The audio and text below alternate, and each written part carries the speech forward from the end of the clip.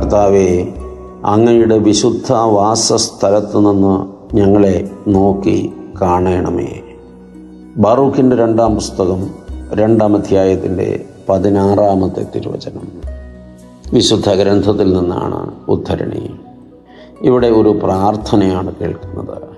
കർത്താവേ, അങ്ങയുടെ വാസസ്ഥലത്തു നിന്ന് എന്നല്ല, അങ്ങയുടെ വിശുദ്ധമായ വാസസ്ഥലത്തു നിന്ന്.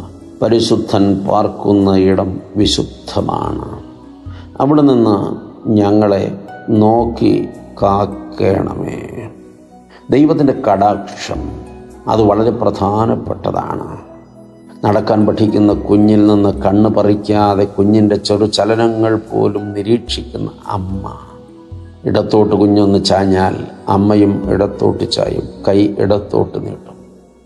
കുഞ്ഞ് വലത്തോട്ടൊന്ന് ചാഞ്ഞാൽ അമ്മ വലത്തോട്ട് ചരിയും, കൈ വലത്തോട്ട് നീട്ടും. തൻ്റെ കുഞ്ഞ് വീഴാതെ താങ്ങാൻ കരുതലോടെ കുഞ്ഞിൻ്റെ പിന്നാലെ നടക്കുന്ന അമ്മയെപ്പോലെ, അല്ലെങ്കിൽ മുന്നിൽ നിന്ന് കുഞ്ഞിനെ അങ്ങോട്ട് നടക്കുവാൻ പ്രേരിപ്പിക്കുന്ന അമ്മയെപ്പോലെ കർത്താവേ, ഞങ്ങളെ നോക്കി കാക്കണമേ. ദൈവത്തിൻ്റെ പരിപാലനം അത്രമാത്രം കരുതലുള്ളതാണ് എന്ന് ഈ വചനഭാഗം നമ്മെ പഠിപ്പിക്കുന്നു.